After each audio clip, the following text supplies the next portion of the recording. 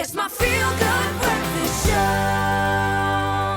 A very good morning to you. Welcome back to your Feel Good Breakfast Show on this Wednesday morning. Always so good to be in your company at the start of a brand new day. Now, people who were in the process of buying and selling property pre-lockdown may have been interrupted, but now that we are under lockdown alert level 1, there are some considerations to be made when it comes to continuing and also starting this process. So this morning, we're joined by Refqah Ho-Yee and David Martin Ogilvie Thompson, directors and partners at STBB legal firm, to answer some frequently asked questions about property buying, selling and evictions during the COVID-19 era in South Africa. And this is a conversation for me that is very much top of mind. I love it. I love the idea of investing in property and all the inner workings that go with it. So great to have both of you. Thank you for joining us. Lovely to be here.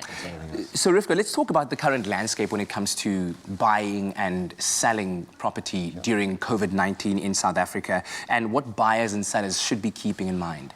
Okay, so the good news is that the property market is active, which is fantastic after such a long lockdown. Yes. And causing such strain and stress to so many involved in the industry. So that's fantastic that properties are being sold, buyers are buying.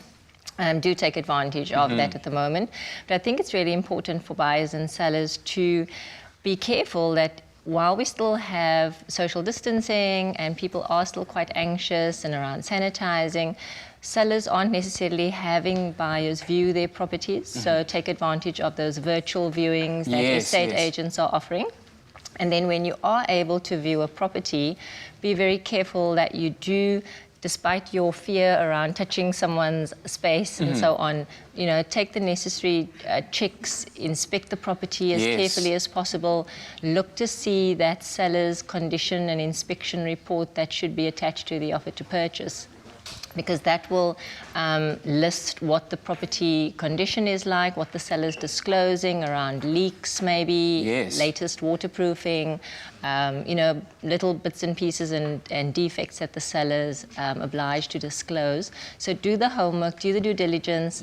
If you're not able to travel and get to that property, send someone to have a look at it for you, because you know, it's no defense to you that you weren't able to go and view and inspect the property. Because of lockdown, yes. So, despite COVID or in spite of it, just do the necessary due diligence, the necessary research, because once you put pen to paper, that's it, you're committed to that offer, and the assumption is that you have researched the property. Yeah, and essentially this is one of the biggest decisions that you will ever make, especially if you're a first-time buyer. Completely. To acquire property. Yeah. And speaking of putting pen to paper, David looks like he's ready to put pen to paper. He's clicking away there on the side there. Tenants and landlords will have questions around evictions during lockdown level or alert level 1 during COVID-19. So can those actually take place?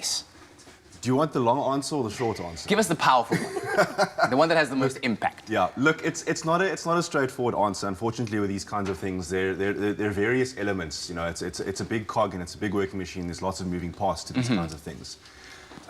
Generally speaking, just for purposes of this morning, with regards to residential evictions, so I'm not talking about commercial evictions, you know, where you have businesses. I'm not talking about farm evictions where people are working on farms or things like that, or land invasions or anything like that. I'm going to just briefly touch on residential evictions. Okay. Now, generally in South Africa, the starting point for evictions, for any residential eviction, is what's commonly known as the PI Act. The Prevention of Illegal Eviction from and Unlawful Occupation of Land Act. It's a long thing, but it's been condensed into what's called the PI Act, okay, for lack of a better word. And in terms of this act, overriding, one of the primary things that people look at, or what the courts look at, is it just and equitable for someone to be evicted? Now, that's the starting point when it comes to evictions, regardless of COVID. The problem with COVID is that obviously there are these situations that people are sensitive to, and you know, there's all sorts of financial strains and things like that. So what has happened during COVID is there's been a number of regulations that have been promulgated. I'm sure you've seen that, you know, as the lockdown gets extended, and you know, so there are new regulations that come out for alert level 5, 4, 3, 2, 1. We're currently on 1, as you know. So in terms of alert level 1, what the regulations say is that it says that a person may not be evicted from their land, home, or residential space unless a court determines that it is just and equitable to do so. It goes further, and it says that if a court determines that it is just and equitable to grant the eviction order in spite of COVID, that order may also be suspended or stayed. So in instances where you might go to court and you might be successful in getting an eviction order, that court also has the discretion to say, yes, you've got your eviction order, yes, but the implementation of that order will be suspended until after alert level 1 or for 2 months, 3 months, 4 months, 5 months, whatever is just and equitable in the circumstances. Yeah. And then obviously the other thing that we need to look at, specifically with regards to the Western Cape, is our practice directives. And in terms of our practice directives, the courts are saying, look, you can apply for an eviction order. I'm talking about the High Court now. You can apply for an eviction order. Those will only be heard in the 4th term, which is, we're currently in the 4th term of the High Court. And also, with regards to the overriding discretion of the courts, if it is just and equitable, you may get an eviction order. So to answer your question in short and powerful, yes, eviction orders may be granted during alert level 1, during COVID alert level 1, but it is in the discretion of the courts, and the overriding factor is it just and equitable? And very, very quickly, let's talk about mortgage bonds, what they are, how they work, and then also if you could briefly touch on the costs that buyers and sellers need to be aware of. Sure. So a mortgage bond is a bank loan that the buyer would apply for to pay for either the full purchase price or part of that purchase price.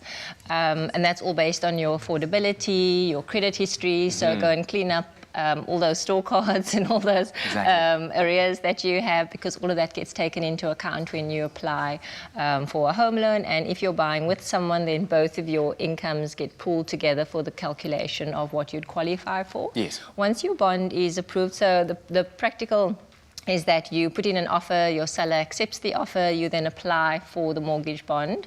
The bond gets approved, they send it to a firm like ourselves to attend to the bond registration. So the transfer process and the bond process run concurrently with each other. And once all those documents that you signed are signed, and we'll get to the costs now, costs are paid, all of that gets lodged at the deeds office. The deeds office fantastically has gone back to its pre-lockdown turnaround time. So we're back to 7 working days. So we lodge at the deeds office, we register the property in your name, and the bond gets registered at the deeds office, and it's a loan that's secured by the bank hanging onto your title deed, and it's endorsed against the title deed and the land as well. So if you take out a 20-year or a 30-year bond for the duration of that loan, the bank hangs onto your title deed, and you in turn just pay your monthly bond installment, which was calculated at the time. And then there are certain costs involved as well. Completely. So buyers and sellers have different costs involved in the process. So the buyer's cost would be transfer costs and then also bond costs. And the transfer costs would be our fee as the conveyancing attorney, the transfer duty, which is the tax that you pay on any purchase price over R1 million. And it's so important for buyers to understand that there are costs involved, not only in their transfer, but in their bond registration. Because, for example, if you're buying a R2 million property, you're looking at 125 to 130,000 Rand in transfer and bond costs combined. And so if a buyer says, well, actually, I've got 100,000 Rand saved, I'm going to put that down as a deposit, and they forget or don't know that there are costs involved. So rather chat to a professional about what the costs are, put that money aside, and then at least you could maybe apply for a 100% bond. Wow. Clearly there's a lot for us to delve into and to discuss, and I hope that you come back soon, please, so that we can continue this, because as I said earlier on to you in person, that with the conditions as they are right now, it's an ideal time for people to be getting involved in investing and maybe selling their properties if they need to do so. But in the meantime, you can go onto social media and check out @TheBigSmallFirm to check out the lawyers and the conveyancers and the attorneys at STBB.